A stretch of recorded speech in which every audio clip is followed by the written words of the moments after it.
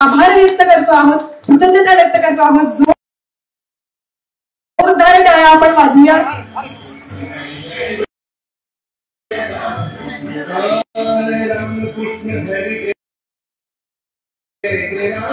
रिकामा नाही तो भरलेला असावा आणि म्हणून लाडक्या बहिणीच्या माध्यमातून, लेक लाडकीच्या माध्यमातून आपण खऱ्या अर्थानं आम्हाला ही देण दिली आणि आर्थिक दृष्ट्या आमच्या महिला भगिनींना सक्षम केलं। आता या लाडक्या बहिणीच्या माध्यमातून सुद्धा, या योजनेच्या माध्यमातून सुद्धा महिला भगिनींनी लहान मोठे उद्योग व्यवसाय सुरू केले आणि म्हणून आदरणीय मुख्यमंत्री महोदय, वारींमध्ये दिवसेंदिवस आपल्याला मोठ्या संख्येने महिला भगिनी जर पाहायला मिळत असेल तर त्याच्या पाठीमागचं एक कारण म्हणजे घराच्या बाहेर पडताना 10 रुपये मागायचे असेल तर नवऱ्याला मागावं लागत होते। आपण लाडकी बहिणीच्या माध्यमातून असेल आमच्या महिला भगिनींना भरलेला खिसा दिला, आर्थिक सक्षम केलं आणि मोठ्या प्रमाणात या वारीमध्ये आता आमच्या महिला भगिनी सुद्धा सहभागी झालेले आहेत। हीच आर्थिक सक्षमतेचं गोकत मला मनापासून समाधान देणार आहे।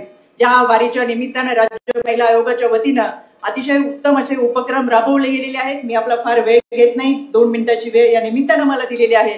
तरी सुद्धा संकल्प आणि सिद्धी यामधील जरी प्रामाणिकपणे काम करणाऱ्या माणसाला सहज पाच करता येते। सिद्धीच गेलेली कामं ही संकल्पित कामांना आव्हान करत असतात आणि म्हणून मुख्यमंत्री महोदय, अनेक आव्हानं आपल्या समोर आलेली आहेत, पण या आव्हानांना लिलया पायदळी तुडवत आकाशाकडे झेप घेणारं आपलं नेतृत्व आहे। या निमित्ताने मी पंढरीच्या विठुराया चरणी प्रार्थना करेल की आपली सर्व संकल्प सिद्धीत जावेत आणि उत्तुंग यश असं आपल्याला मिळावं। सर्व वारकरी भावकांच्या मनोकामना पूर्ण व्हावेत आणि माझ्या या मातृशक्तीला सुरक्षितेचा आत्मबळ मिळो ही मी पांडुरंग चरणी प्रार्थना करेल। आणि आरोग्य वारीच्या निमित्तानं खरं तर प्रारब्ध या गोष्टीवर माझा प्रचंड विश्वास आहे।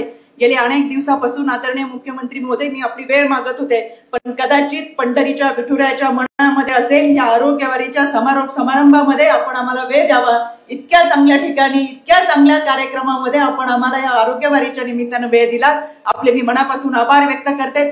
या ठिकाणी सगळेच उपस्थित आहेत, सगळ्यांचा सन्मान सत्कार झाला। माननीय मुख्यमंत्री महोदय, मी आपल्याला खऱ्या अर्थानं सांगेन, मग आजपासून कौतुक होतंय, आपण सगळेजण सांगताय, पण माझ्यासारख्या एका सामान्य घरातल्या शेतकऱ्याच्या मुलाला ही सेवा करण्याची संधी आपणच दिलेली आहे। पहिल्यांदा आपलं मनापासून आभार मानेन। ज्या वारीचं माऊलीचं दर्शन घ्यायला गर्दीत धडपडणारा तरी सुद्धा कधीच माऊलींच्या पादुकापर्यंत न पोचलेला एक युवक आज या वारीच्या नियोजन करत असताना नियोजनाची संधी मिळते, सेवा करायची संधी मिळते, याच्यामध्ये गौरव करून आणि सत्कार करून घेण्यासारखं काहीच नाही, कारण ती माझी सेवा ही आपली जबाबदारी होती आणि जी जबाबदारी आपण आमच्यावर टाकली ती जबाबदारी समर्थपणे पेलण्याचा प्रयत्न केला आहे। आता उद्या वारी झाल्यानंतर त्याचा अनालिसिस होईल। पण या सगळ्या प्रवासामध्ये खूपच सगळे अधिकारी आहेत, सगळ्यांचं मी स्वागत करत असताना आपण सगळ्यांना मी मनापासून सांगेन, साहेब आपण आदेश केले, आपण मदत केली, आपण सगळ्या गोष्टी केल्या, आपण तातडीनं निधी उपलब्ध करून दिले, हे सगळं केलं। 15 दिवसाचं टेंडर 3 दिवसात आणलं, 3 दिवसाचं टेंडर बेस रेटला आणलं, एका दिवसात करून अनेक गोष्टी आपण एका दिवसात मंत्रालयातून व्यवस्था करून आणल्या। पण ही सगळी व्यवस्था गेल्या 2 महिन्यापासून 24 तास काम करणारे जे 2-4 व्यक्ती इथं आहेत ते आपल्या जिल्ह्याचे कलेक्टर कुमार आशीर्वाद, सन्माननीय जंगम साहेब, सन्माननीय बीडीओ, तहसीलदार, ही सगळी व्यवस्था साहेब 24 तासातले 22, 21, 20 तास या लोकांनी काम केलं। मी 2 दिवसापासून बघतोय, कलेक्टर मला नाही वाटत एखादा तास झोपलाय।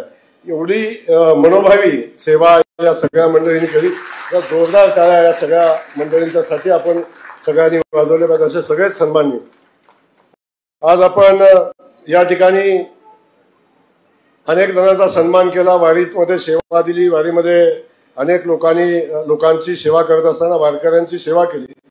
पण साहेब मला आठवतं की आपण पहिल्यांदा वारीच्या विषयावर आपण बोललो तेव्हा आपण पहिल्यांदा आम्हाला सूचना दिल्या की वारी सर्वोत्तम झाली पाहिजे, वारकऱ्यांना त्रास झाला नाही पाहिजे, वारकऱ्यांना जे काय आपल्याला चांगलं देता येईल ते देण्याच्या सूचना आपण दिल्या आणि तेव्हापासून आम्ही सगळेजण कामाला लागलो। आज वारी उद्या अंतिम टप्प्यामध्ये आहे, आषाढी आता येते, तो सगळ्या व्यवस्था सर्वोत्तम देण्याचा आम्ही प्रयत्न केला।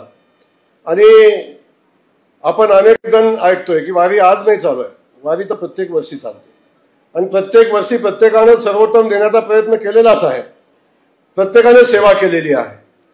आणि जयकुमार गोरेजी, तुम्ही यावर्षी नवीन बेंचमार्क तयार केले आहेत. स्वच्छतेचे नवीन आयाम तयार झाले. अतिशय सुंदर जर्मन हँगरच्या माध्यमातून वारकऱ्यांच्या राहण्याची उत्तम सुविधा केली.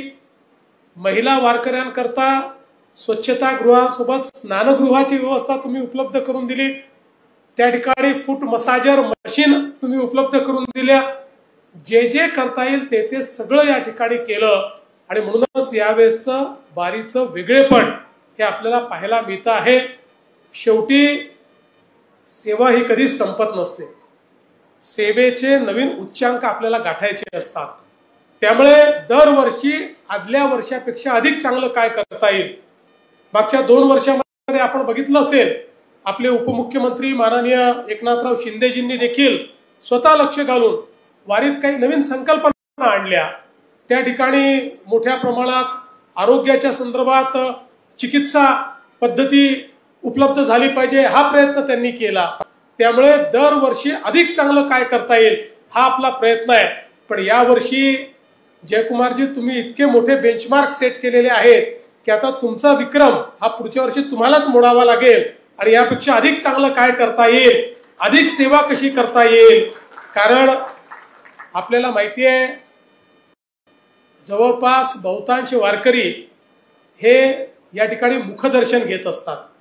पण त्या मुखदर्शनानेही त्यांना तेवढंच पुण्य मिळतं जेवढं खरोखर आतमध्ये जाऊन गाभाऱ्यातलं दर्शनाचं पुण्य आणि मुखदर्शनाचं पुण्य हे सारखंच आहे.